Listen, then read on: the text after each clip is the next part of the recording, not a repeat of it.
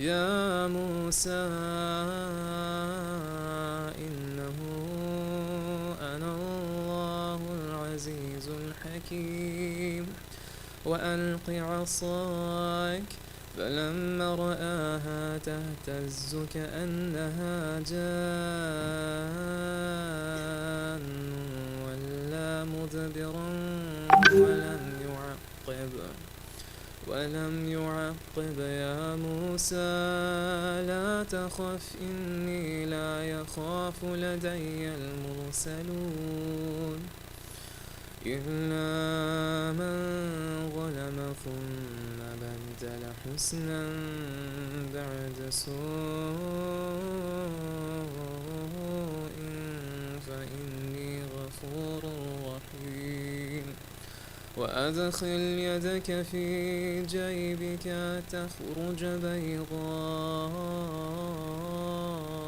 من غير سوء في 9 آيات إلى فرعون وقومه إنهم كانوا قوما فاسقين فلما جاءتهم آياتنا مبصرة قالوا هذا سحر مبين وجحدوا بها واستيقنتها أنفسهم ظلما وعلوا فانظر كيف كان عاقبة المفسدين ولقد آتينا داود وسليمان علما وقال الحمد لله الذي فضلنا على كثير من عباده المؤمنين وورث سليمان داود وقال يا أيها الناس علمنا منطق الطير وأوتينا من كل شيء إن هذا له الفضل المبين وحشر لسليمان جنوده من الجن والإنس والطير فهم يوزعون حتى إذا أتوا على واد النمل قالت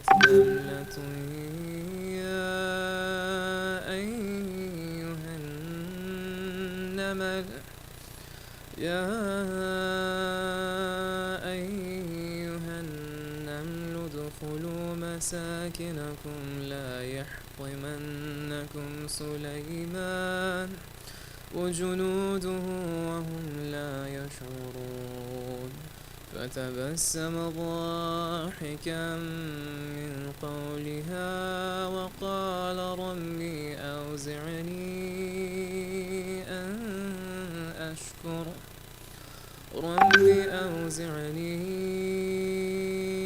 أن أشكر نعمتك التي أنعمت علي وعلى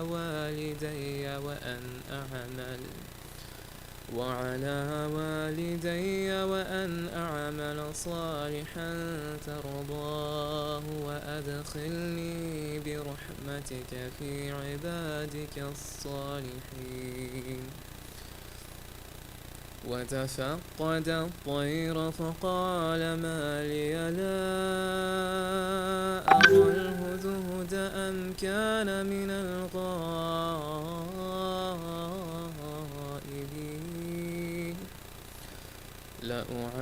لأعذبنه عذابا شديدا أو لأذبحنه أو ليأتيني بسلطان مبين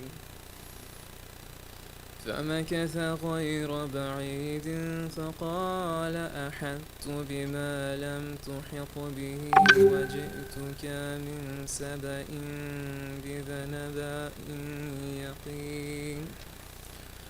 إني وجدت امرأة تملكهم وأوتيت من كل شيء ولها عرش عظيم وجدتها وقومها يسجدون للشمس من دون الله وزين لهم الشيطان أعمالهم فصدهم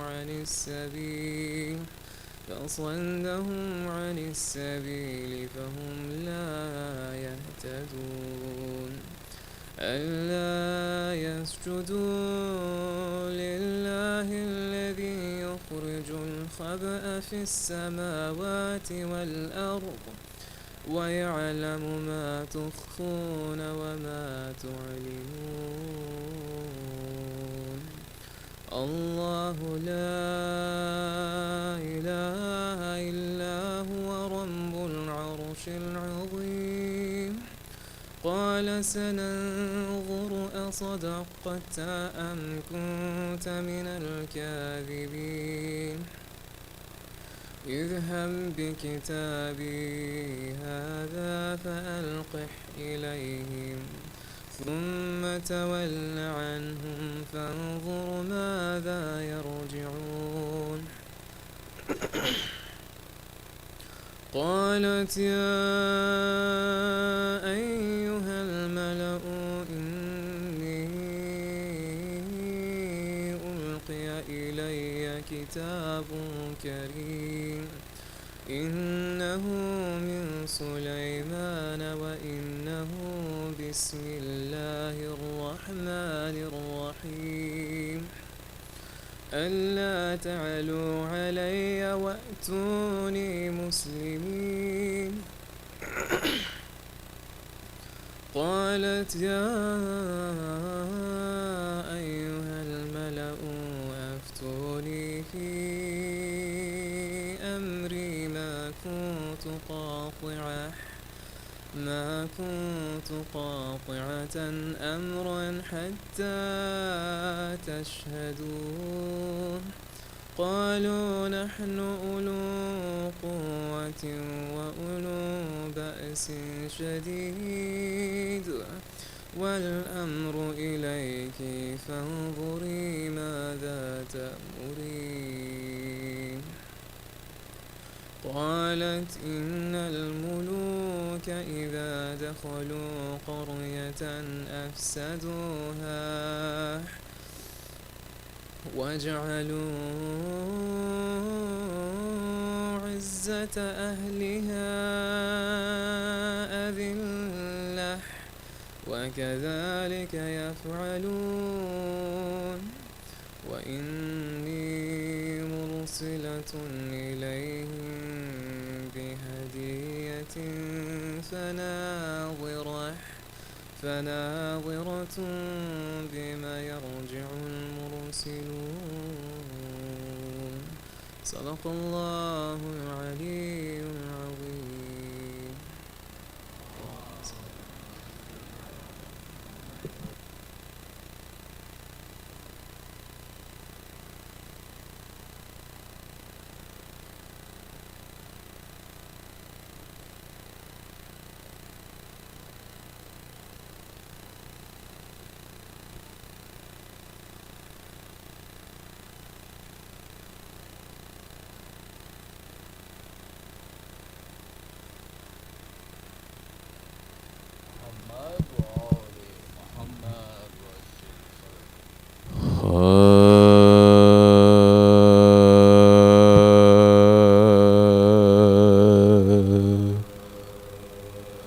ईमान की तस्वीर नज़र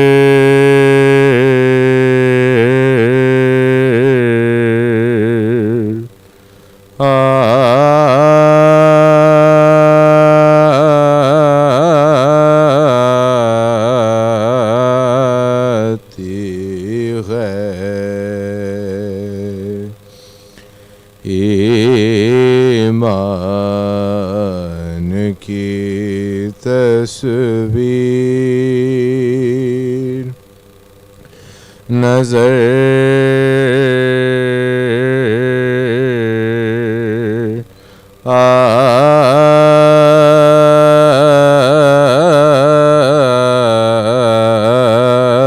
آتی ہے قرآن کی تفسیر نظر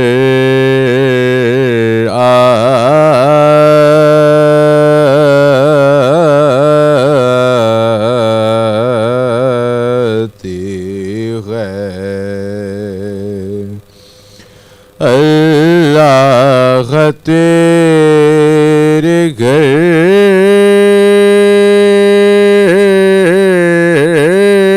کی فضا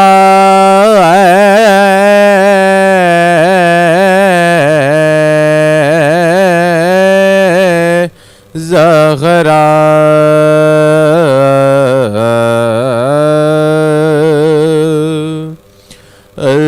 اللہ تیرے گھر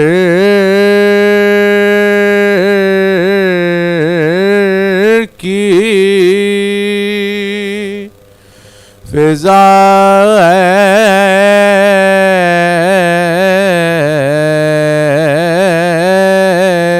زہرا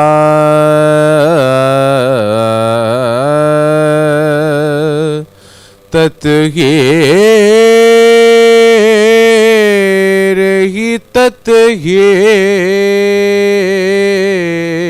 نظر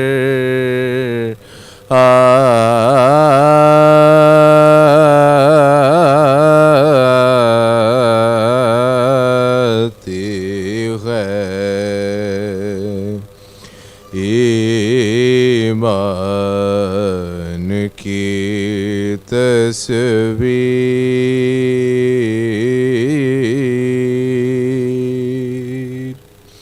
نعرہ صلوات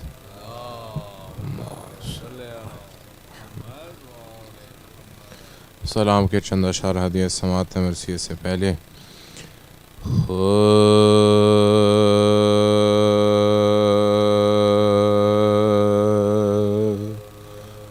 گوہر اشک ازا آنکھوں سے چن کر فاطمہ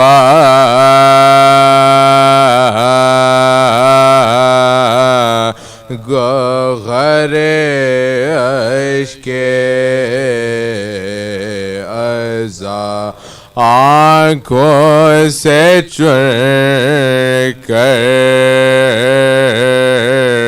فاطمہ ہاتھ رکھتے ہیں عزاداروں کے سر پر فاطمہ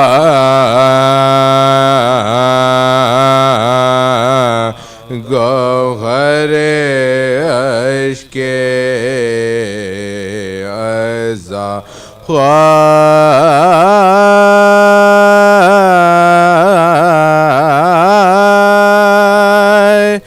کس کو حاصل ہے شرف یہ ماں سوائے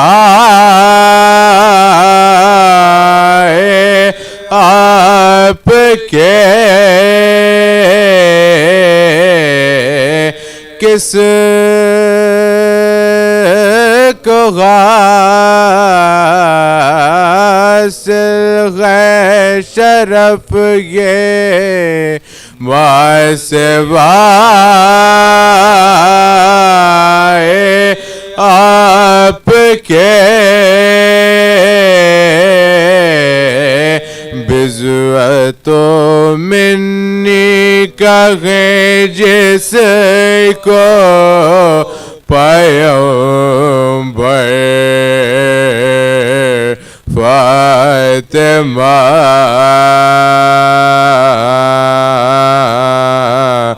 گوہر عشق ازا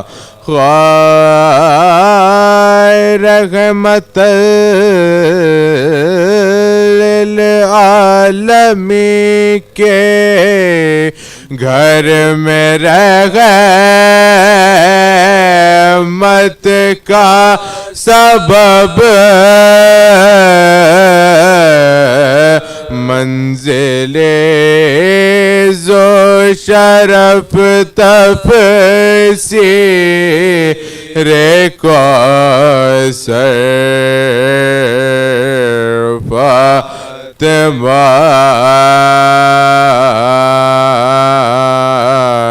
گوہر عشق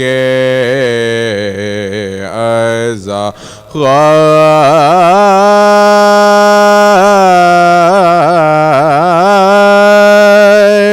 کوئی اس دم پوچھتا غالت رسول اللہ کے جب گرا تھا آپ پر جلتا ہوا در فاطمہ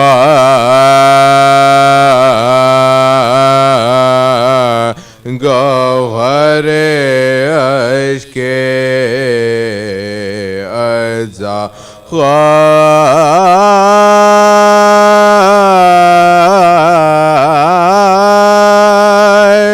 دیکھ کر جس کو علی جیسا بہادر رو پڑا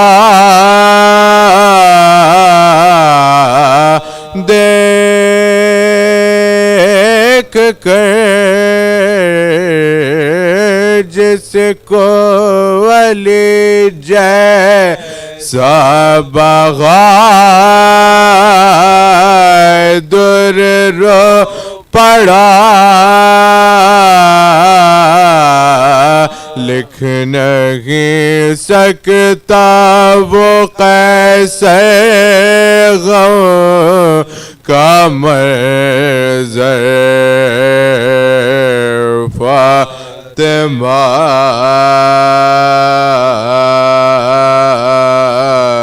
گوہر عشق ازا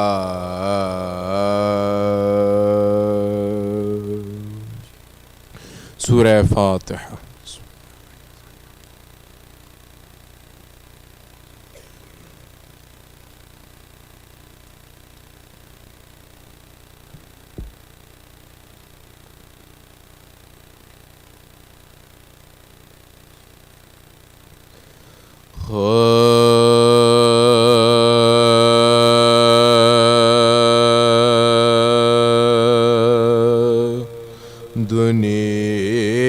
دنیا سے آج رحلت بنت رسول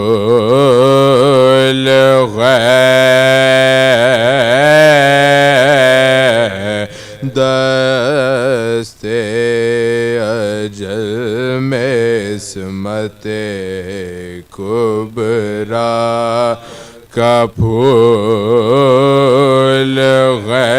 قبر نبی لرزتی یثرب ملول حسنین مرتضی سے وداع بطول پٹی سے لگ کے زینب کلثوم روتی ہیں اس کم سنی میں بچیاں بے ماں کی ہوتی ہیں اس کم سنی میں بچیاں بے ماں کی ہوتی ہیں زینب کا حال یہ ہے کہ آنسو تو ہیں رواں کلثوم کو بھی دیتی ہیں پیغام تسلیاں فرما رہی ہیں چھوٹی بہن سے کہ میری جان رہتی نہیں جہاں میں ہمیشہ کسی کی ماں بے بس تھی غم کو چھوڑ کے گریاں چلی گئی اللہ نے بلا لیا اماں چلی گئی اللہ نے بلا لیا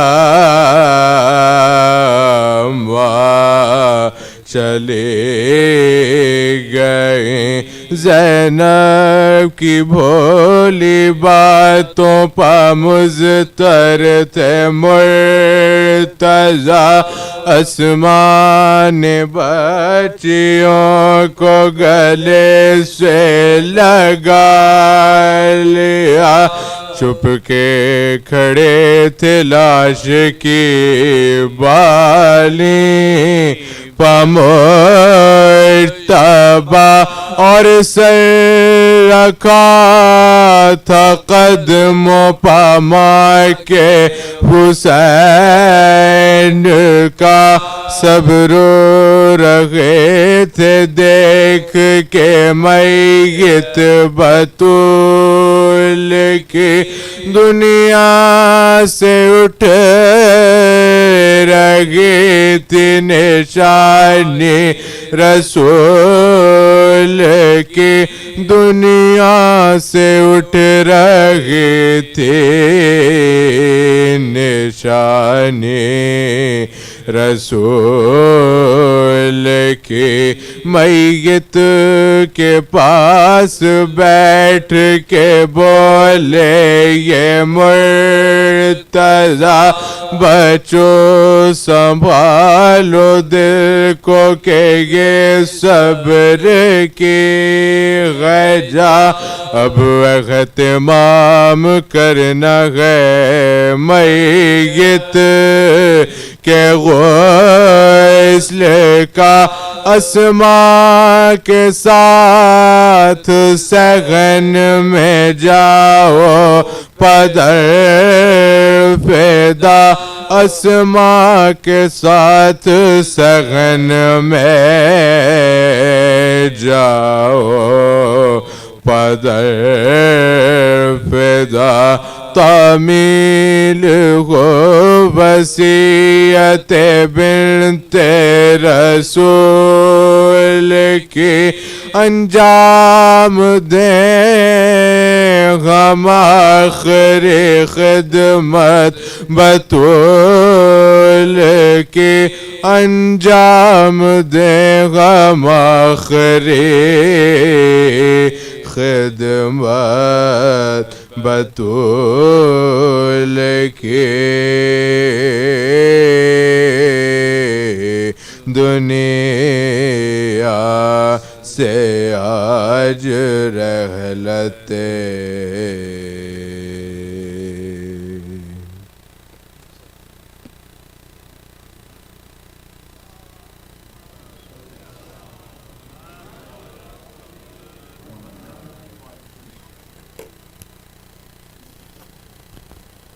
صلوات علی محمد و آل محمد.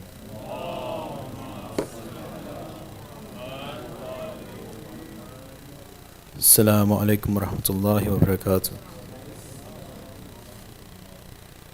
On behalf of Mahdi Youth and Al-Mahdi, I'd like to offer you our condolences on these Ayyam Fatimiyyah as we get together to commemorate and celebrate the life and legacy of Sayyidah Fatima Zahra alayhim as-salam.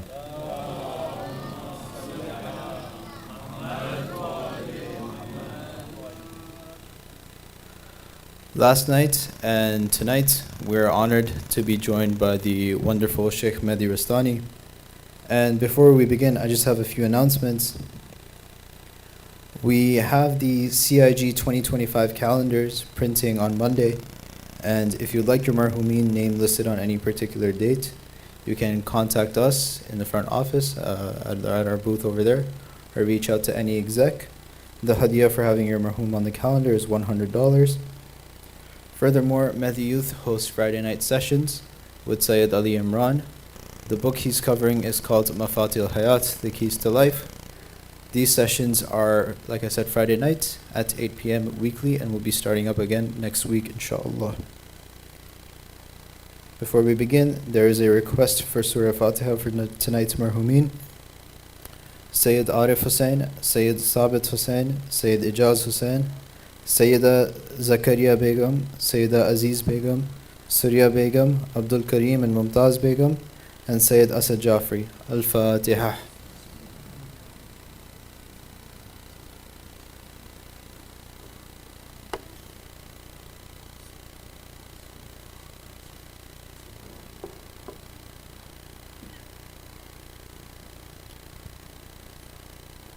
As I now invite up the Shaykh, let's recite 3 loud salawat and move as far forward as we can.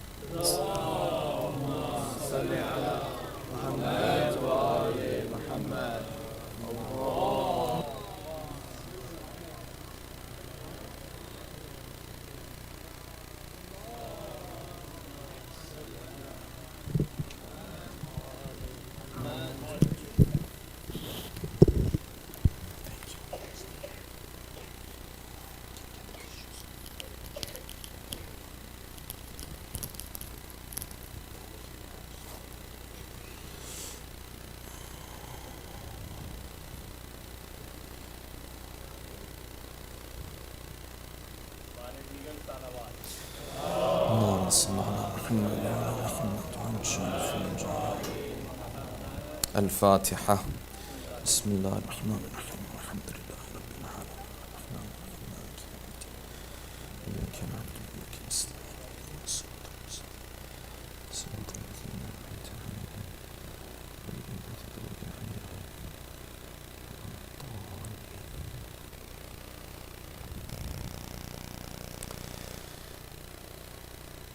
أعوذ بالله من الشيطان الرجيم. بسم الله الرحمن الرحيم.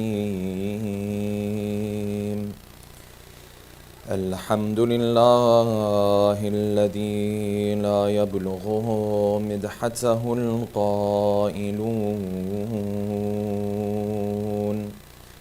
ولا يحصي نعماءه العادون ولا يؤدي حقه المجتهدون الذي لا يدركه بعد الهمم ولا يناله غوص الفطن الذي ليس لصفته حد محدود ولا نعت موجود ولا وقت معدود ولا أجل ممدود. أما بعد، فقد قال الله الحكيم في محكم كتابه الكريم: أعوذ بالله من الشيطان الرجيم.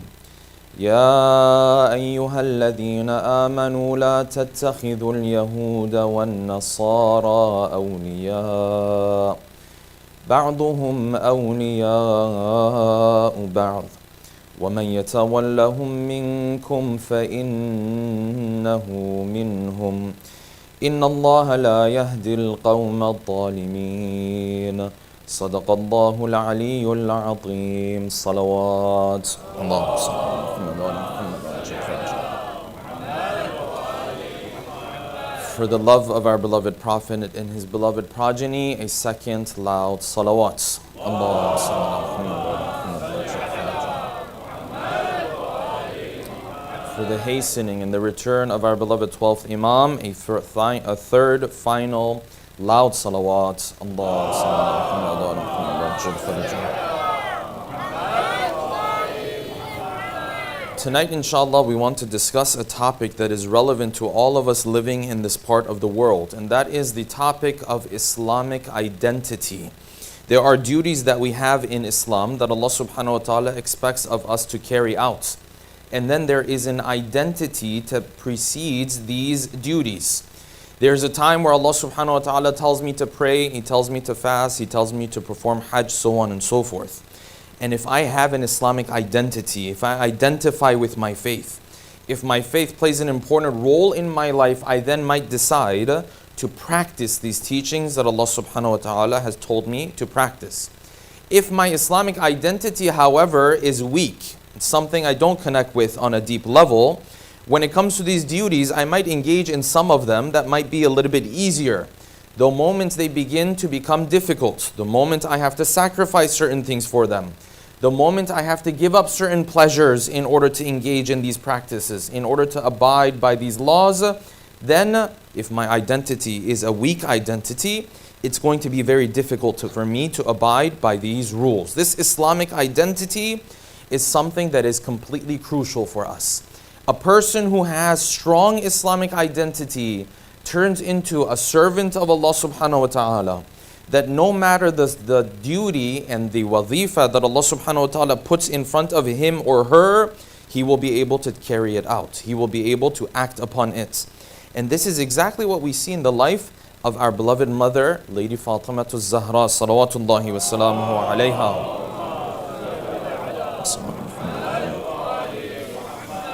That you find when she came into the masjid and she was objecting to the idea of fadak being taken away from the family of the Ahlul Bayt, so much of her identity was about Allah subhanahu wa ta'ala, so much of her identity was her standing there because Allah subhanahu wa ta'ala expects her to stand there in those moments.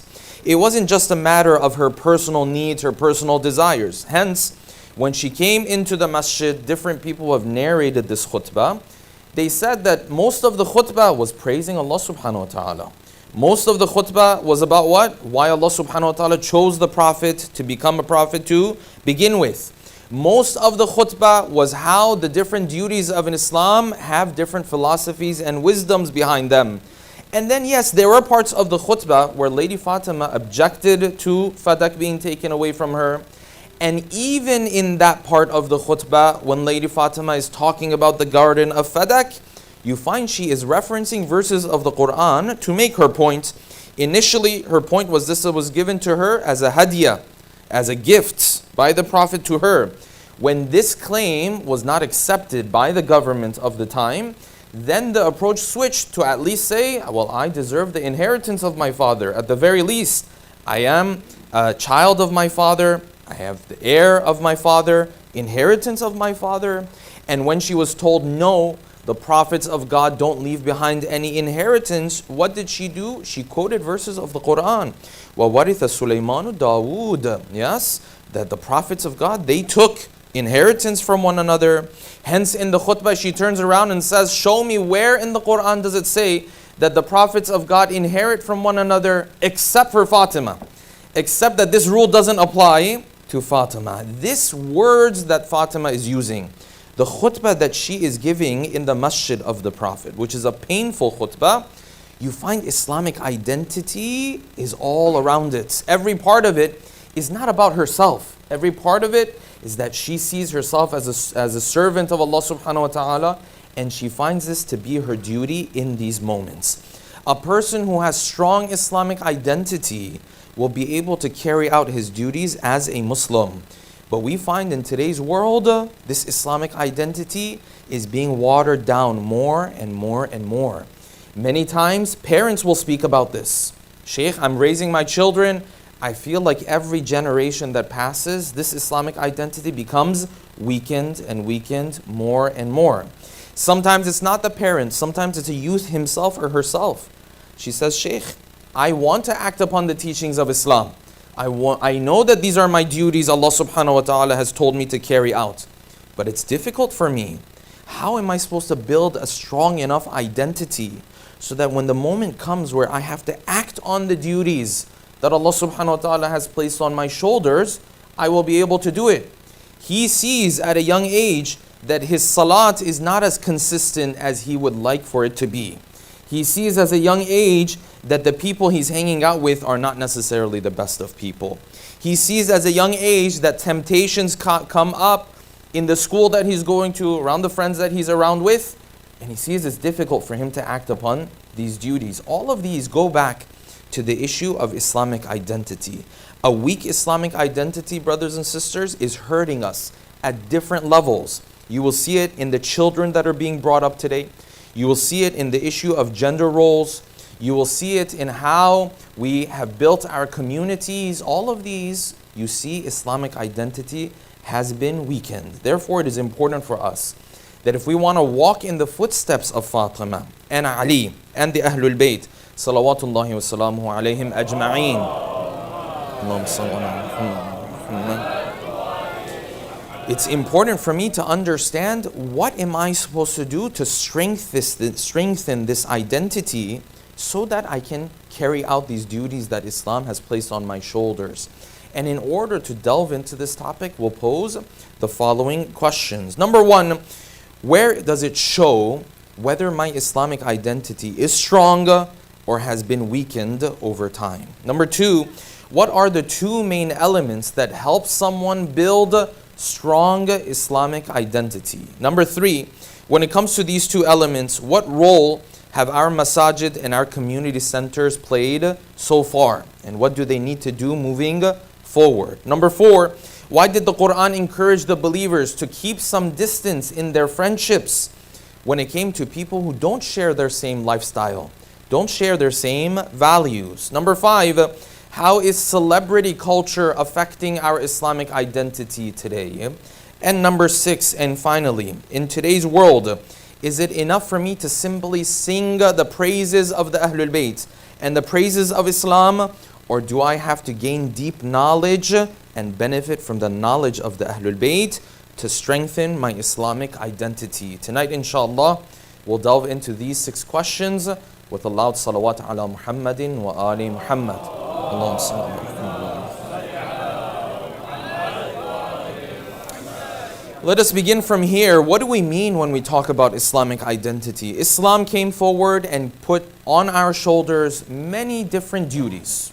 If you ask a Muslim, you're Muslim, so what does this mean? What do you do in your day-to-day life? He might give you a very long list. Say, I pray, I fast, I have to perform Hajj. There are duties I have in society. I can't lie, I can't cheat, I can't do this. A long list of things I cannot do. A long list of things that I have to do. These are the teachings of Islam, but what pushes him or encourages him to act on those things that he's supposed to do or stay away from those things that he's not supposed to do, that is what we would refer to as Islamic identity. The more he identifies as a servant of Allah, the more he's going to be able to carry out these duties. The moment that identity is weakened, the moment that identity gets watered down, then you will see he begins to struggle to carry out these duties. Why? Because he begins to identify in other ways. He begins to identify with his wealth. He begins to identify with where he is born and where he is raised. He begins to identify with the city that he has grown up in. He begins to identify with secular culture. This makes it difficult for him to carry out the different duties, depending on the difficulty of that duty. So this foundation that helps this person carry out these duties is what we would refer to as Islamic identity. Okay, when it comes to Islamic identity, brothers and sisters, this is very crucial. Why? Because we don't just live in any time. We live specifically during a time where the narrations refer to it as the time of ghaibah. The time of ghaibah means your imam is not apparent to you. The imam is present. We believe in this. Narrations have spoken about this. But you cannot see the imam, where there are repercussions for this. There are issues that arise from this. Of those is that your Islamic identity needs to be strengthened extra. It's even more difficult to hold on to your Islamic identity during this time. Yes? Hence you find in the narrations the Ahl Bayt spoke about this time.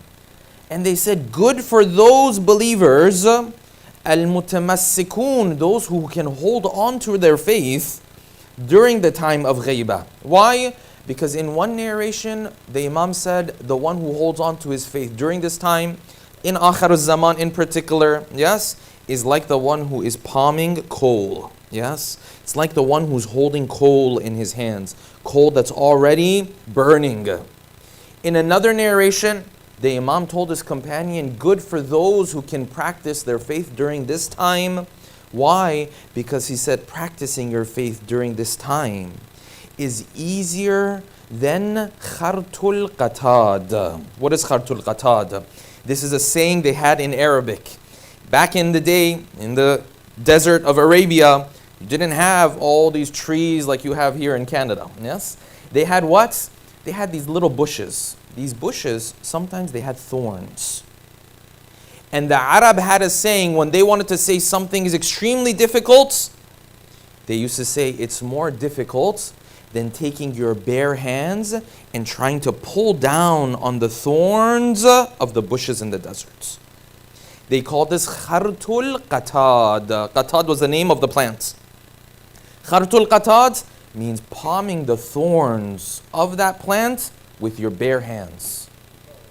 The Imam said in that time, it's going to become such that the person who holds on to his faith, kal khariti lil qatad. He is like the one who is doing khartul qatad. Difficult. Then in other narrations, the Ahl Bayt came forward and said, hence, those who worship Allah subhanahu wa ta'ala, they carry out their duties during the time of ghaibah, their reward higher compared to those who will come later after the governance of truth and the dhuhur has taken place. And now all the evil has been removed. In some narrations it said this one salat that he does during the time of ghaibah counts as 50 salats that the people of that time will do after all the difficult stages have passed by, and now the Imam has established governance of truth, justice, yes, peace. The Imam said worshipping at this time is that much more rewarding compared to worshipping at that time. What does that mean? That means it's this much more difficult.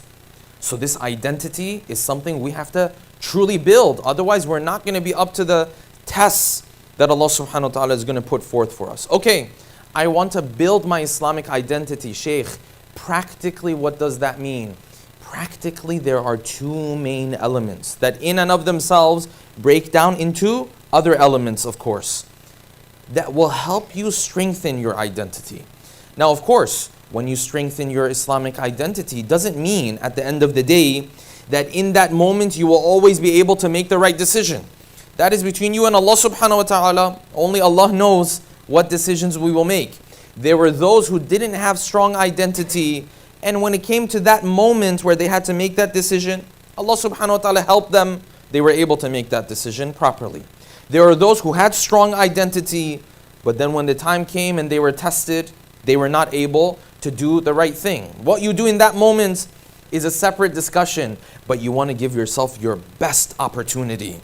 The most likelihood that I will be able to act upon the teachings of Islam. What are those two elements? Elements number one, which in and of itself has many different elements within it, is the atmosphere, environment, and culture that you constantly expose yourself to. Number one is atmosphere, environment. What environment are you breathing in? What environment are you interacting with? What type of culture have you surrounded yourself with? It's element number one.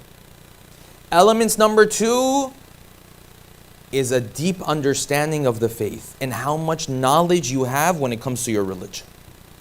These are the two elements. Each one of them is a longer discussion. Number one, what type of atmosphere do I place myself in? Number two, what type of knowledge am I gaining about my religion every day? These two elements, if someone does a good job with them, over time, his Islamic identity becomes stronger and stronger. Gives him the best likelihood to be able to obey Allah subhanahu wa ta'ala when things get difficult. So let's get into this. These two, before we get into breaking down each one of them, we must say, unfortunately, our communities and our community centers, our masajid across North America have unfortunately done a poor job with both of these. This is a real fact, yes? Many of the communities that we go to, yes, this is a reality that we have. And in fact, it's not something that only we deal with.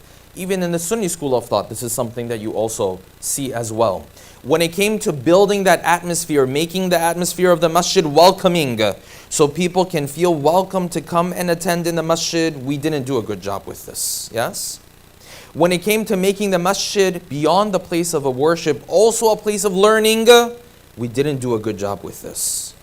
Of course, we made efforts, but we need to do more in both of these areas. So let's break down each of these. Element number one, the atmosphere, environment, and culture that you expose yourself to. A loud salawat, please. Allahumma salli ala Muhammad. What elements fall under this category? The friends that you spend time with fall under this category. The families that you hang out with fall under this category. The environments that you place yourself in fall under this category. The mentors, heroes that my child has falls under this category. Cultural icons that you expose yourself to fall under this category. These cultural icons in Western society, they have a word for it. They call them celebrities. Celebrities. And it's very interesting that today, in the realm of social media, those celebrities very beautifully are referred to as influencers. Back in the day, if you wanted to tell someone, listen, this celebrity is not just a person who comes and goes. He's a cultural icon. She is a cultural icon. She impacts your culture. It might have been difficult to make that case. Today, no, they call themselves what? Influencers. He's there to influence you. You feel like, I'm not being influenced much. Yeah, that's because he's good at what he does. If he wasn't good at what he was doing, then you wouldn't feel like it's so gradual and so subtle. The fact that he's good at his job is the reason why you don't feel like he's influencing you. Otherwise, that is why he is granted the title, what? Influencer. That's his role. Before we go into each one of these, a little bit more in detail, brothers and sisters, the atmosphere I place my child in, the atmosphere I place myself in, with all of these different elements, is one of those things that the Muslim community in North America in particular has heavily underestimated. Heavily underestimated. We have forgotten that American culture, Western secular culture, is making its way into every corner of the world. And you and I living in this part of the world assume that it's not going to make its way into our house. Isn't that naive? Isn't that simplistic? For me to sit there and say that this culture that's dictating the cultures of many countries of the world, including European countries and cultures, no, it's not going to affect me even though I'm living here. No, this is something we heavily underestimate. This father puts his child constantly in an environment of sin. But he says, you know what? I've told my son he's not supposed to have haram relationships. Okay, you've told him. Wonderful. Alhamdulillah. Good that you told him. But you're underestimating the power of environments. You're underestimating the power of atmosphere. You're underestimating the power of cultural icons around him. The Muslim community underestimates this. And this is a problem. No, culture plays a very important role. Cultural icons play a very important role. We cannot take this lightly. The Quran did not take any of this lightly. So let us begin from number one. When it comes to friendship, what did the Quran say? The Quran said, first of all, the friends that you choose, they said, listen, if you hang out with these guys, this is what you're going to become. In fact, the Quran has a very interesting verse of the Quran, very beautiful. The Quran said, listen, when you become friends with someone, you spend time with them, yes? Your relationship and your identity never stays neutral. It never stays neutral. Impossible for it to stay neutral. Either you're moving in the right direction or you're moving in the wrong direction. You can't say, I went and spent time with this person, nothing really happened. No. Why? Because the Quran said on the day of judgment, friends become two groups, not three groups. Two groups. Either they love each other even more, or all of a sudden they hate each other. What does that mean? That means when they were spending time together, either they were moving towards sin, or they were moving towards Allah subhanahu wa ta'ala. There is no such thing as neutral friendship. Get rid of this idea. There's no such thing. The Quran said, Al-akhillau yawma'idhin ba'duhum li ba'dhin adu. The Quran said, friends show up on the day of judgment. There's two groups of them, not three groups, two groups. Some of them show up, they are enemies of one another. And the Quran said, this is the default. The Quran said, this is the majority. Because then it made an exception. The exception is usually smaller than the other group, yes? He said, people show up as friends on that day. They are what? Enemies of one another. Then the Quran said, إِلَّا الْمُتَّقِينَ. Either this friendship has the right basis or it doesn't. There's no such thing as friendship that's not too important. There's no such thing as friendship that's kind of neutral. No. Hence the Ahl Bayt came back to the topic of friendship. They came back to the topic of brotherhood and sisterhood very often. What did the Ahl Bayt say about this? From the 8th Imam, it is narrated from Al-Imam al-Rida, salawatullahi wa salamuhu alayhi.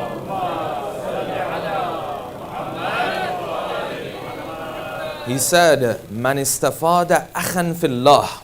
The one who is blessed with a brother who the relationship is based on Allah subhanahu wa ta'ala. Yes? Ukhuwa fillah means what? A relationship that's based on Allah subhanahu wa ta'ala.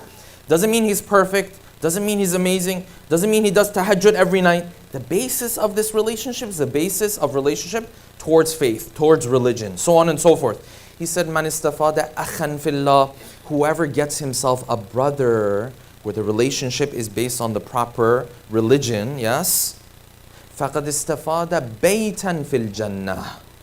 God just granted him a house in heaven.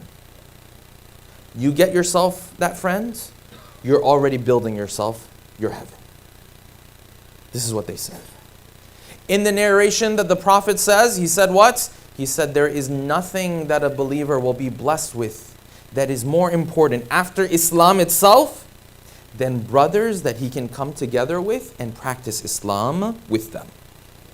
Al-mu'akhatu fillah. Go and see how much the Ahl Bayt spoke about al-mu'akhatu fillah, friendship.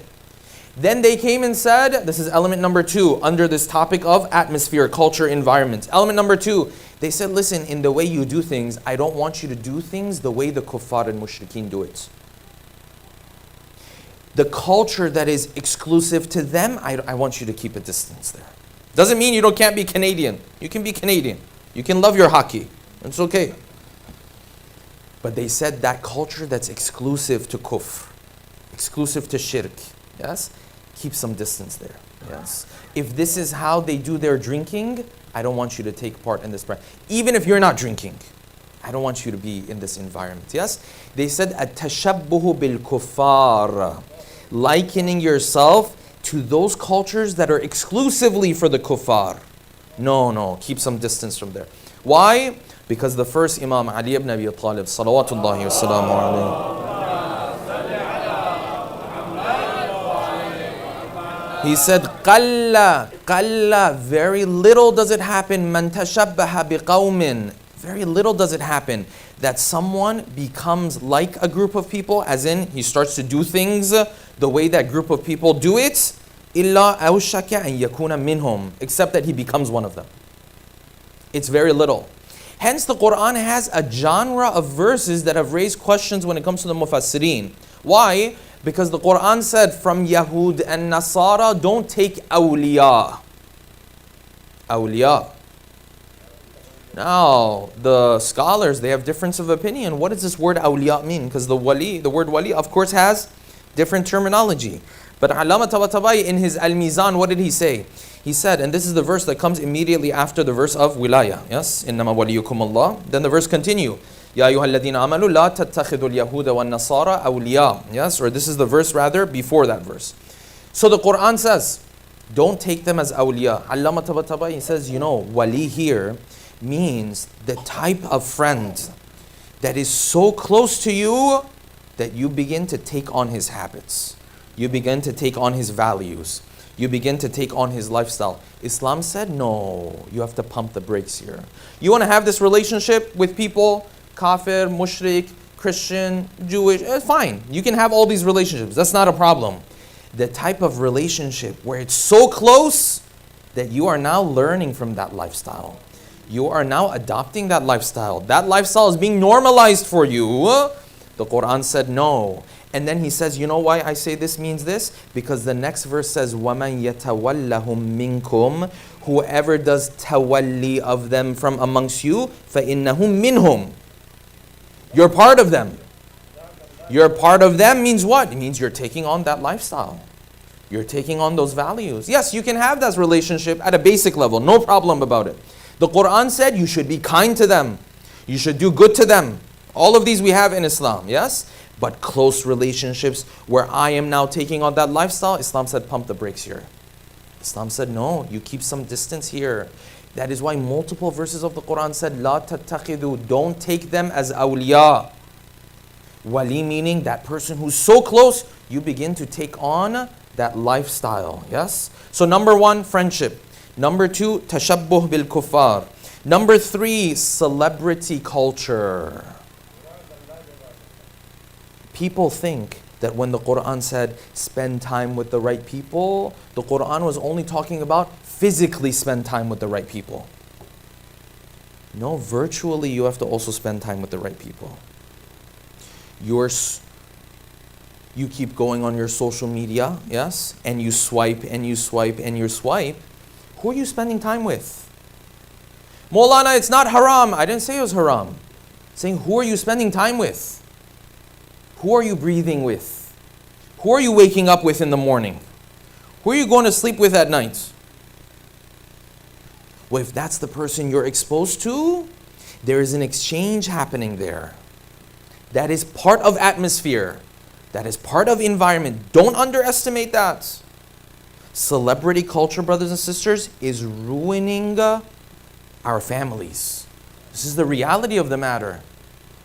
Hence, the first Imam has a very beautiful line. Beautiful line. Whenever you remember that, I'm watching this TV show, for example. I'm watching this social media content, yes?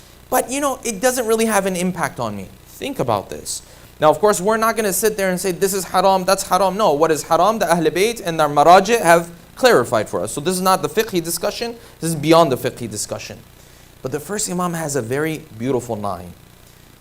He said what? He said, Al-qalbu mushaful ayn. He said, your heart is the canvas of your eye. Al-aynu mushaful basar. Whatever your eye sees, it's drawing where? It's drawing on your heart. It's like a canvas that it's writing in your heart. Yes, it's etching it into your heart. Oh, I'm just seeing this. No, that has an impact. Of course, Islam didn't come and make everything haram, but you have to also be wise. Who am I spending time with? In a time where these celebrities are practicing things that sometimes we are embarrassed to even talk about, then I can't expose myself to this too much. At the very least, it has to be limited. At the very least. So celebrity culture. Moving on. The content that I watch, TV shows, movies. What's happening? It's affecting you. It's affecting me. So I'm watching a movie where the relationship between this young man and this young woman is not Islamic. I can't sit there and say, yeah, it's okay. This is not impacting me. Baba, they're impacting the whole world with this. They're influencing the whole world with this. At least acknowledge it and limit your exposure. Yes, Islam didn't make it haram, necessarily. But understand the power that it carries. Hence the fifth Imam, Al-Imam Al-Baqir, salawatullahi wa salamu alayhi.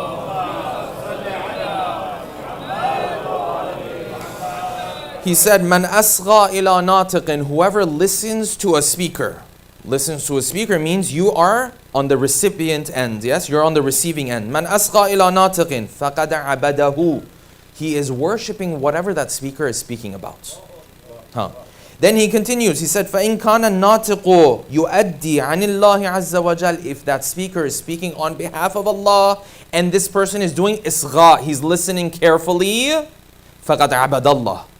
He's worshipping Allah. Why? Because he's on the receiving end of something that points towards Allah subhanahu wa ta'ala. They said if you're just on the receiving end, it's like you're worshipping Allah subhanahu wa ta'ala. Why? Because just being on the receiving end has an impact on you. And then he continued, he said, وَإِنْ كَانَ النَّاطِقُ يُؤَدِّي عَنِ الشَّيْطَانِ. But if the person who is speaking on behalf of shaitan, what happens to him? فَقَدْ عَبَدَ الشَّيْطَانِ. He's worshipping shaitan. What's the Imam trying to say?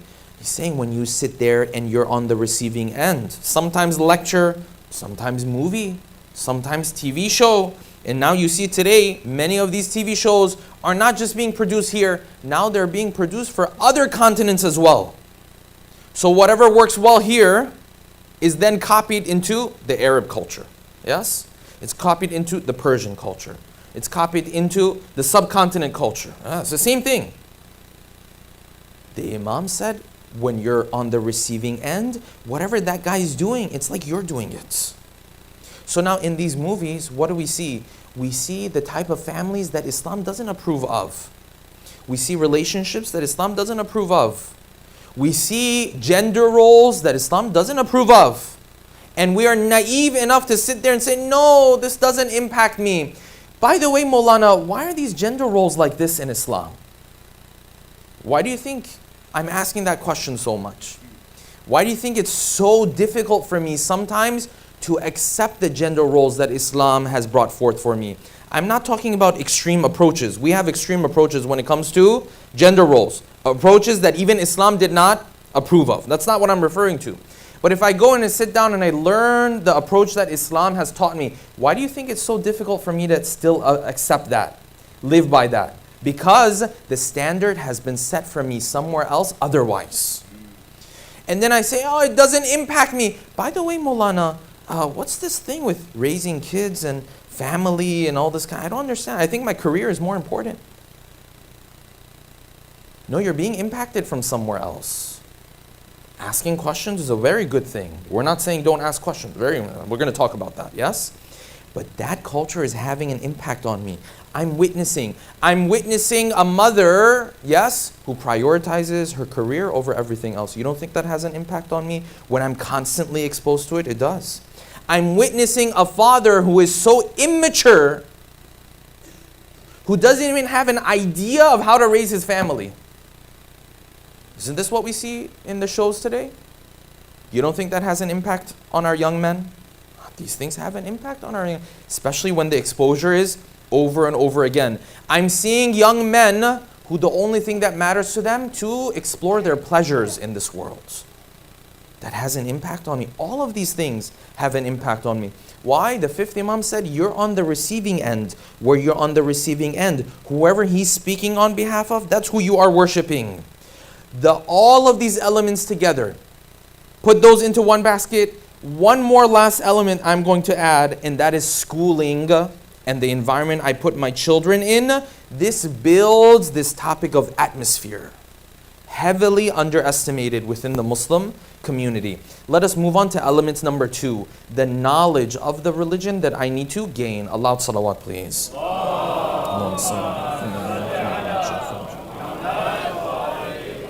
Element number 2 is that you have to gain deep understanding of your faith. Superficial understanding of Islam does not work anymore. Why? Why did the Ahl Bayt emphasize knowledge so much? Especially religious knowledge. Of course, secular knowledge in its own way. No doubt about that. But Islamic knowledge in particular. Why did they say, whatever you gain in your secular knowledge, that's fine, because every person is in a particular field. Secular knowledge is a very vast thing. So everyone goes into the field that they want to study. When it came to religious knowledge, they said everybody needs to gain this knowledge. Pilot needs this knowledge. Yes? Maulana himself needs this knowledge. Teacher needs this knowledge. He's a mechanic, he needs this knowledge. This knowledge, they said no, this one everybody has to have.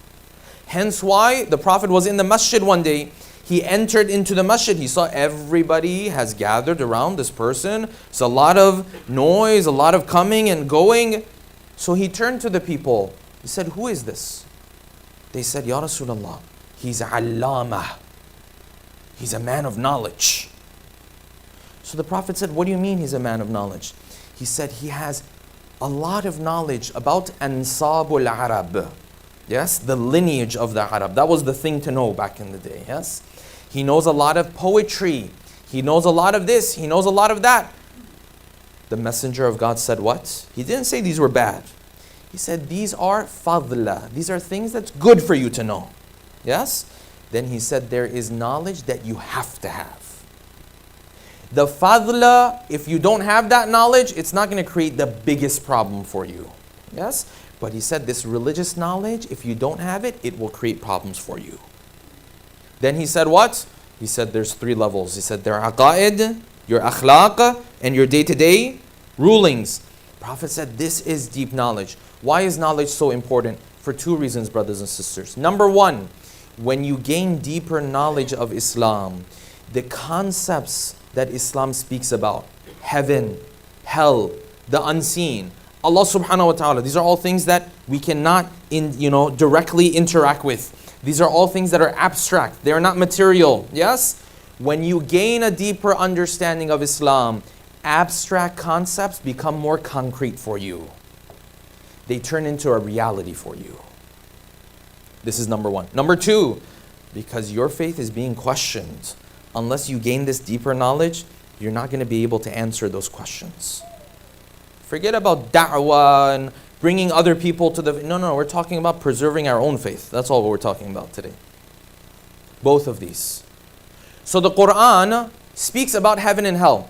Couldn't the Quran have come and said, listen, if you're a good person, if you obey Allah subhanahu wa ta'ala, you go to heaven, khalas, done, the Quran is finished. Couldn't have Allah subhanahu wa ta'ala done this? He could have. But he didn't do this. Why is the Quran 6,000 verses? Why does the Quran come and say, there's heaven, and then in that heaven, there's going to be wine, halal wine that you can drink of. La yusaddauna anha wa la yunzifun, the Quran says, yes? But that wine is different from this wine. And then there is anharum min asalin musaffa. There are rivers of honey. And then the Quran said they sit ala sururin mawduna. Muttaki'ina alayha mutaqabilin. The people of heaven, they come, they sit there. The Quran described for you the fabric that these guys are sitting on. They sit on these thrones, and then the positioning of these thrones is such that they are mutaqabilin. They are sitting across from one another. Yes? Yatufu alayhim ghilmanun. There's these servants that come and serve them day in and day out. Whatever they want from the fruits is available to them. Whatever they wish is available to them. There are shades upon them. Tajri min tahtiha al-anhar. Oh, all of these details. Why? Because Allah subhanahu wa ta'ala, one of the reasons, wanted to make this abstract idea of a heaven into more of a concrete reality for you. So He didn't just say, listen, there's a heaven, be a good person. He said, there's a heaven, the door is like this. When you're walking in, the angels will tell you this. When you get in there, this is how they will serve you in there. These are the other people who will be there around you in heaven. These are the blessings that you will benefit from in that heaven. Now it's a reality. Now you say, yes, I know exactly what that heaven is like. He did the same thing when it came to hellfire. He didn't just say, if you disobey Allah subhanahu wa ta'ala, you go to hellfire. Yes? He said what? He said, this is what the hellfire is going to look like. This is what the flame is going to look like. The Quran described for us even the moments people are moving towards hellfire. What do they say in those moments? What do they see in those moments?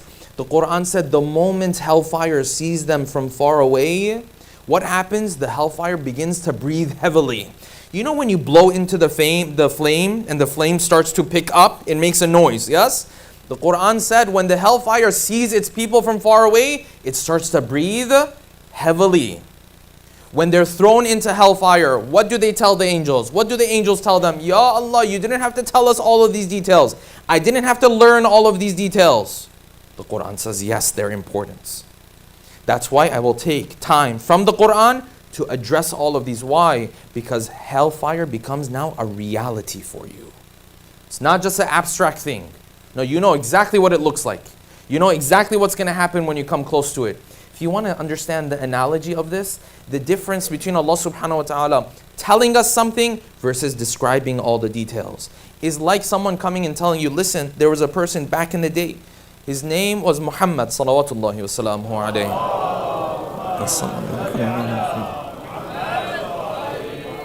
It's one thing to know that, and then someone comes and makes a movie about it. When you watch that movie, is your connection with the Prophet the same before and after it? No. They tell you there was a Yusuf. He lived in Egypt. This is what happened to him. And then you watch the movie. It's a completely different scenario. They do this with their own figures. They take their own figures that are obscure, unknown in history. Now when you watch the movie, it's a known reality to you. You say, yes, I know what his house used to look like. Even though half the details are fake, by the way. Yes? I knew what his house used to look like. I know what he used to look like. I know what his friends used to look like. You remember that part he turned to his friend and he said, Baba, it's all fake. But this is the power of taking an abstract idea and turning it into a concrete reality. When does that happen? When you gain deep knowledge of Islam. Superficial knowledge will not cut it anymore. Number one, knowledge will take abstract realities, it will turn it into concrete realities for you. Number two, the reason why you need this deep knowledge is because everything, brothers and sisters, that we talk about today is being questioned. Everything that we believe in is being questioned today. Today it's not enough for us to sit here and say, Lady Fatima Zahra has many manaqib, she has many fadail. Of course, who has higher fadail than the daughter of the Prophet? It's difficult to even put together the names she was given. Alima, Muhaddatha, Siddiqa, Shahida, so on and so forth, yes? But it's not enough. Now there are questions that I have to answer about her. It's not enough for me to just come and say she was amazing. Questions I have to answer. So you say, listen, Lady Fatima was amazing. That's not enough. I'll give you 5 questions that you have to address when it comes to Lady Fatima. These are 5, thinking off the top of your head, you will come up with these 5. If you give yourself more time, you can come up with more questions. Number 1, when it comes to Lady Fatima, she got married at a very young age. At an age that today Islam will tell you not to get married at.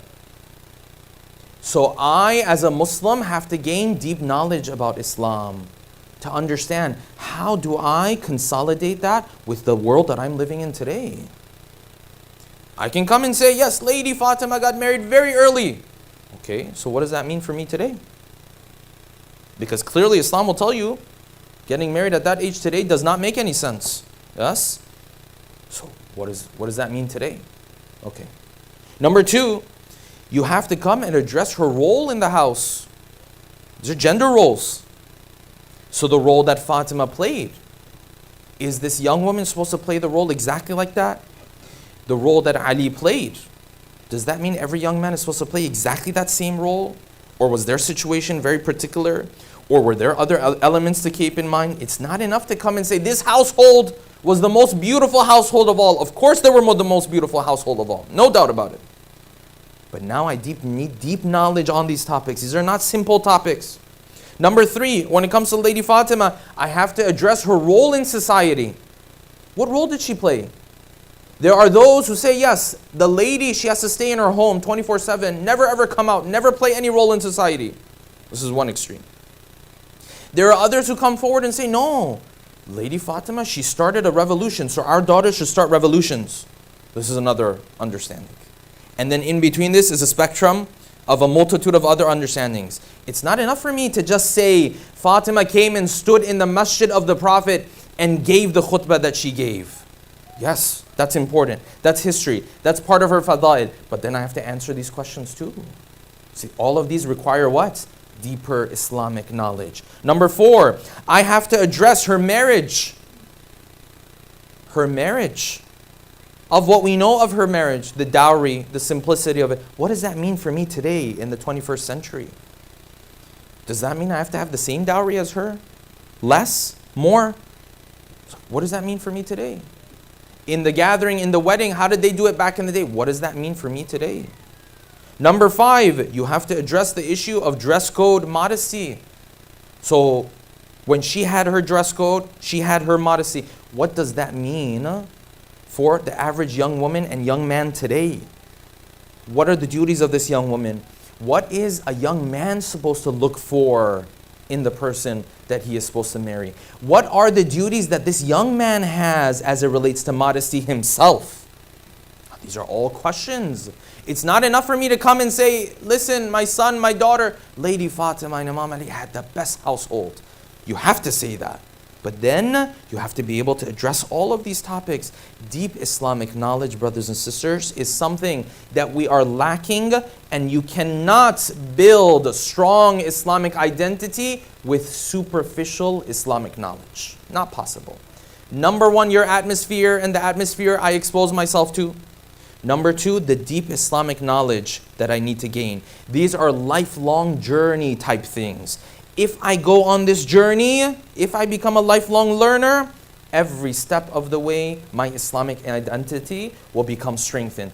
Hopefully, inshallah, when the time comes, I will have the enough belief and faith to make the right decision. And this is what Lady Fatima did. Look at all the stances that she took in those final 2 to 3 months of her life. Yes? What are the stances that she took? When it came to the issue of fadak, she took the right stance. Not because of personal reasons, because that was not wealth that belonged to anybody else. When it came to the issue of giving bay'ah, didn't give bay'ah. That's a big deal. Even the first imam, they told him, if you don't give bay'ah, no one's going to come and fight the enemies of Islam anymore. The stances they took. Why could they take those stances with all of the other people in Medina, or the majority of them, against him? Because of his strong Islamic identity. Their stance when it came to the other bid'ahs that had already begun and then increased during the time of the second Khalifa. How were they able to stand in the face of all of this? Strong Islamic identity. And if we want to walk in her footsteps, we have to strengthen this Islamic identity as well. And this is why, brothers and sisters, this household that had built this identity, they were able to be patient with their masa'ib and the calamities as well. As great as these masa'ib became, and as great as these calamities became, you found that Ali ibn Abi Talib, even though it's like his heart is being pulled out of his chest, he still stayed on the right path. He still stuck to the wasiyah of the Prophet. He still took care of the amana of Rasulullah. Yes? Let us dim the lights and take our hearts to the city of Medina.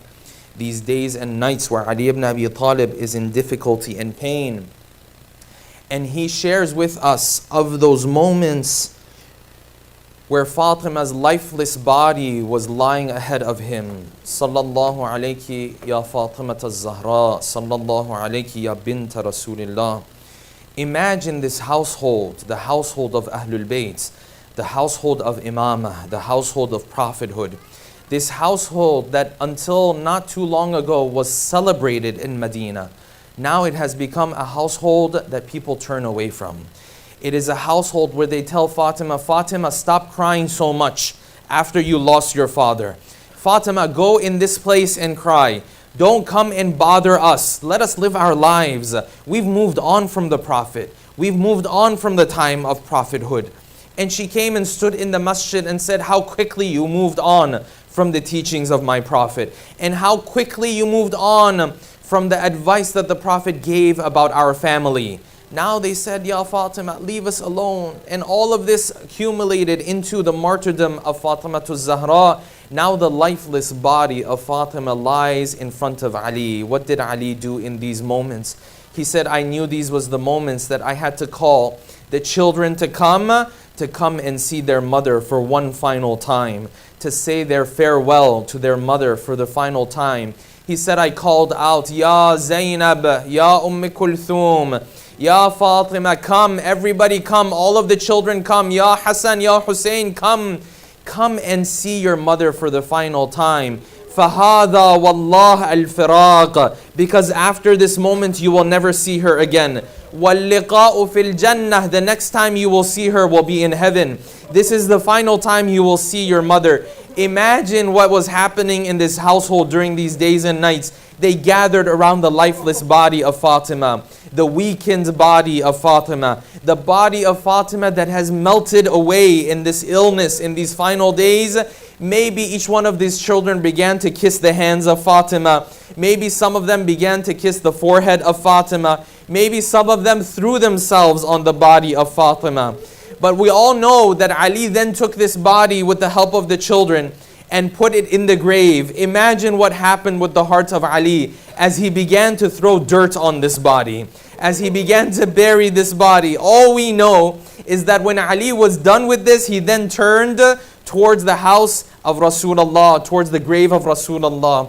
And he said lines that are so painful, that have remained for us in history. He said, Ya Rasulullah, Assalamu alayk, my salam goes to you, Anni, on my behalf, wa an ibnatika nazilati fi jawarik, and on behalf of this daughter of yours that is coming your way. I have brought back your daughter, Ya Rasulullah. And then he continued, he said, Ya Rasulullah, losing your daughter has made it so difficult for me. I can barely take it anymore. وَرَقَّ عَنْهَا تَجَلُّدِي, my patience is ending at this point. It's too difficult for me to take these moments, Ya Rasulullah. He continued, he said, Ya Rasulullah, let me tell you, from now on my nights will never be the same. My days will never be the same.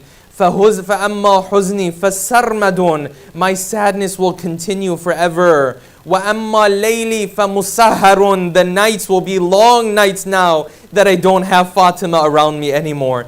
Those nights where Fatima used to calm me down, those days where Fatima used to take away sadness from me. Ya Rasulullah, my sadness will continue after this.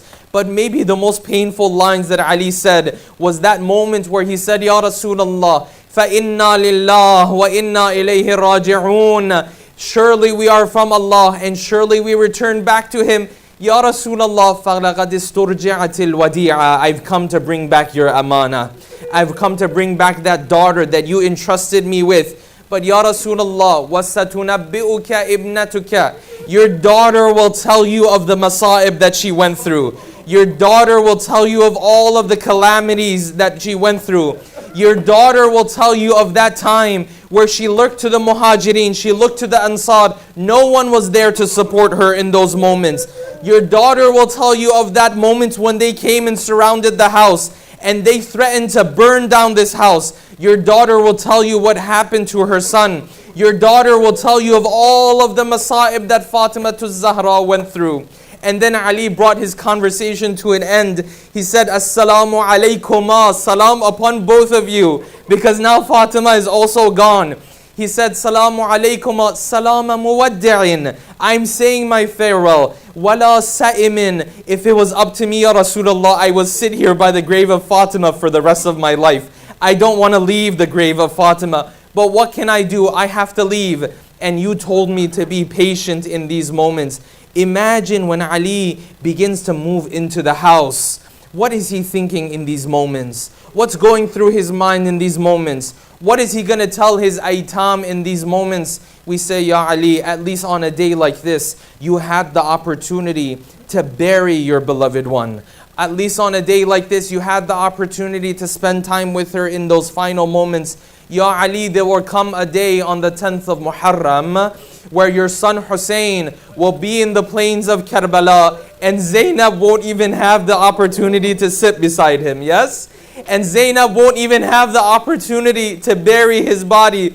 All she will do is that she will run in the plains of Karbala and she will call out, Hada Husaynun bil Ara. This is the grandson of the Prophet. His body is lying in the plains of Karbala.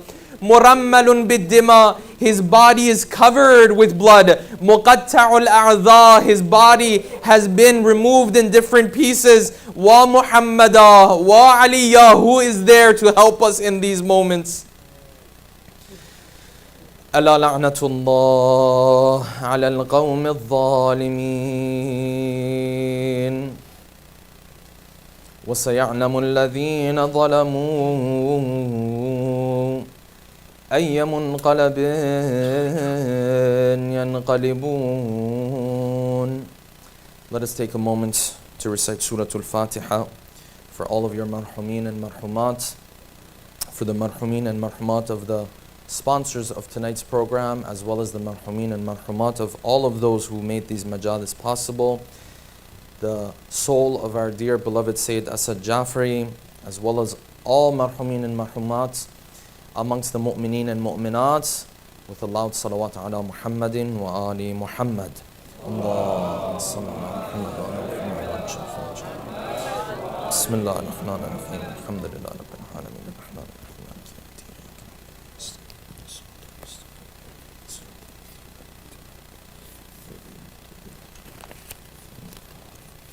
Ya Hussein.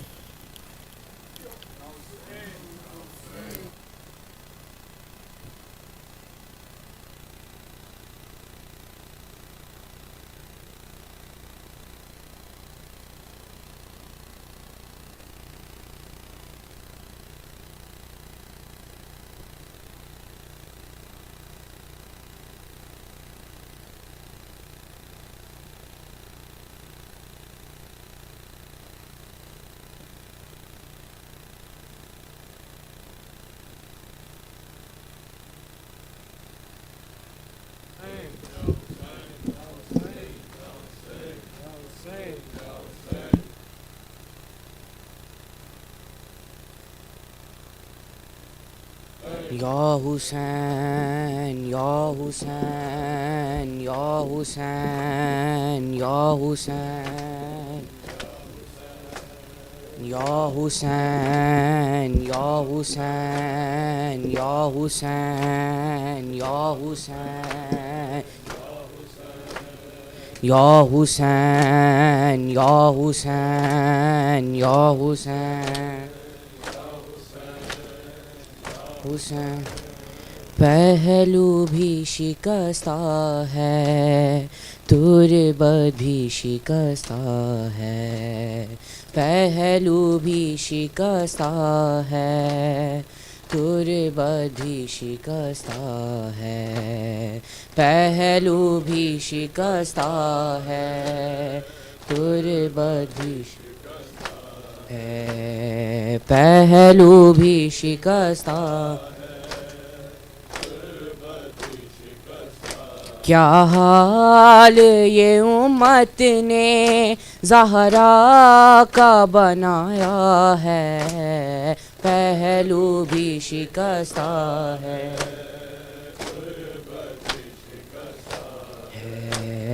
پہلو بھی شکستہ ہے تربت خاتون کوئی غم سے یوں چور نہیں دیکھی ایسی کوئی دنیا میں مستور نہیں دیکھی 18 برس میں ہی لگتی جو ضعیفہ ہے پہلو بھی شکستہ ہے تربت بھی شکستہ ہے پہلو بھی شکستہ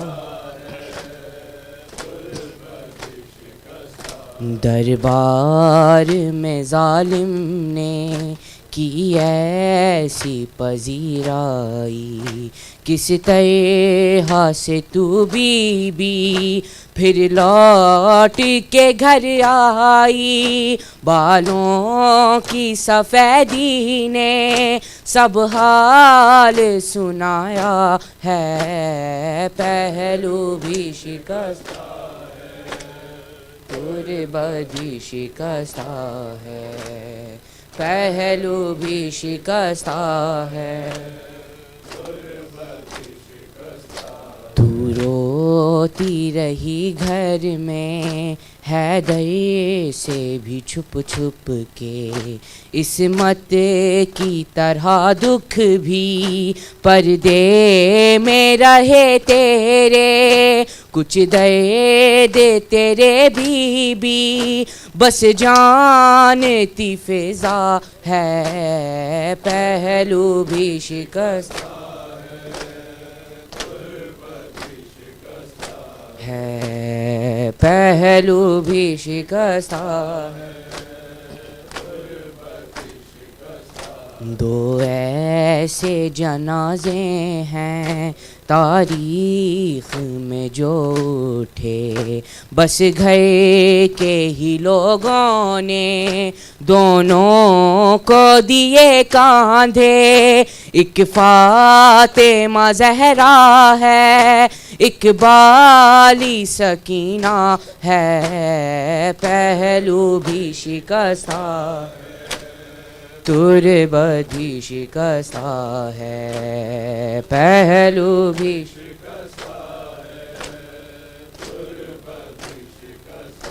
مرہم تیرے زخموں کا بی بی نہ ملا اب تک. اولاد امیہ کی باقی ہے جفا اب تک. رونے پہ بھی پہرا تھا، تربت پہ بھی پہرا ہے، پہلو بھی شکستہ تربت بھی شکستہ ہے، پہلو بھی شکستہ.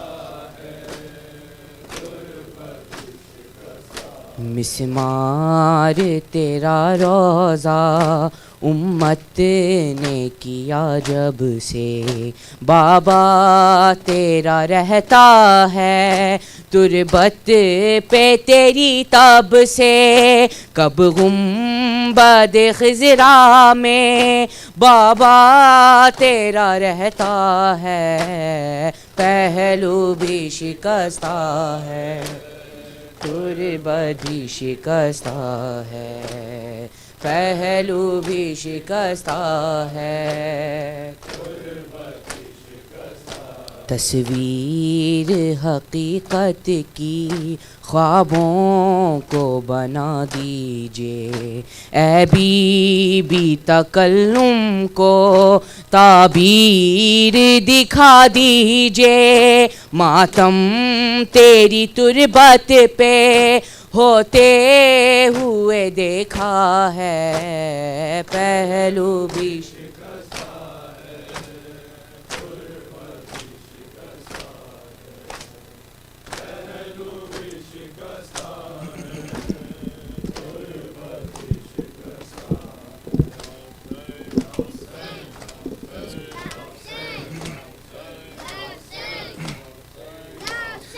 ایک تحریر اٹھائے بولی دربار میں آ کر زہرا، لوگوں میں بنت نبی ہوں.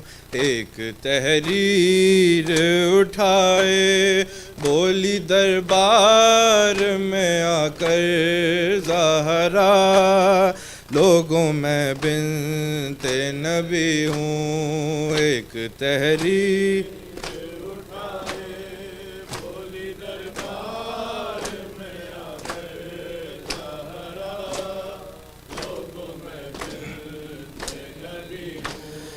ایسا بدلا ہے مدینہ، اپنا حق مانگ رہی ہوں. غاصب سے کلمہ گو کرسی نشیں ہے، اور میں کب سے کھڑی ہوں. ایک تحریر اٹھائے بولی دربار میں آ کر زہرا، لوگوں میں بنت نبی ہوں. ایک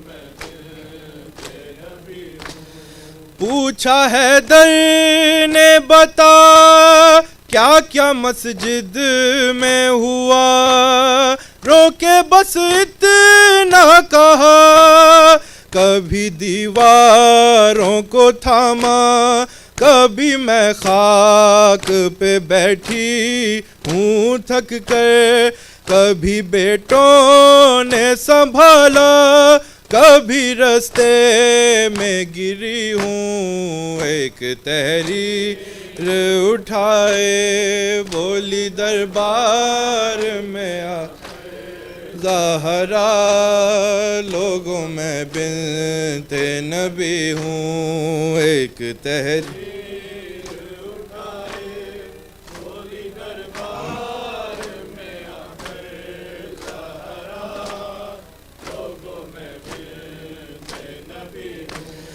جتنے دکھ میں نے سہے گر یہ دن پر بھی پڑے، وہ سیارات بنے، یہی دکھ کم تو نہیں ہے، کس قدر تنہا مدینے میں ہوئی ہوں، کوئی سنتا ہی نہیں ہے کہ میں کیا بول رہی ہوں، ایک تحریر اٹھائے بولی دربار میں آ کر زہرا، لوگوں میں بنت نبی ہوں، ایک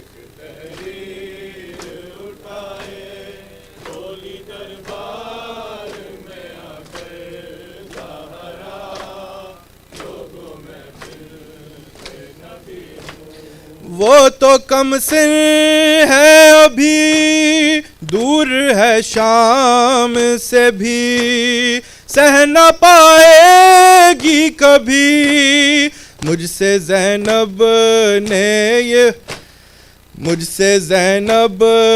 یہ پوچھا کہاں جاتی ہو بتاؤ اے اماں، میں نے زینب سے چھپایا کہ میں دربار گئی ہوں، ایک تحریر اٹھائے بولی دربار میں آ کر زہرا، لوگوں میں بنت نبی ہوں، ایک تحریر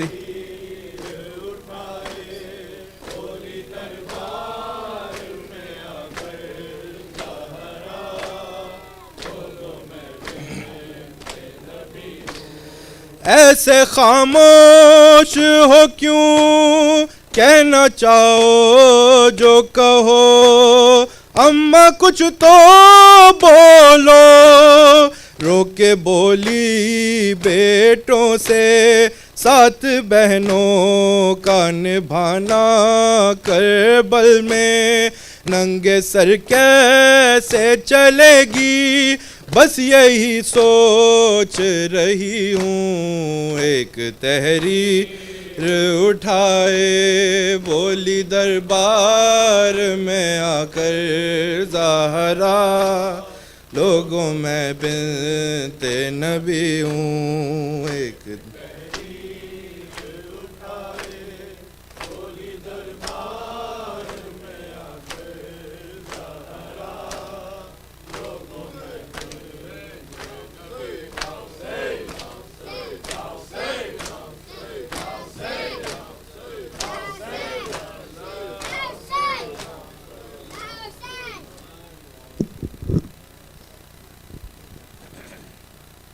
متوجہ حضرات صلی اللہ علیہ رسول اللہ، السلام علی نبی اللہ، السلام علی علی امیر المومنین و سید الغوثیین، السلام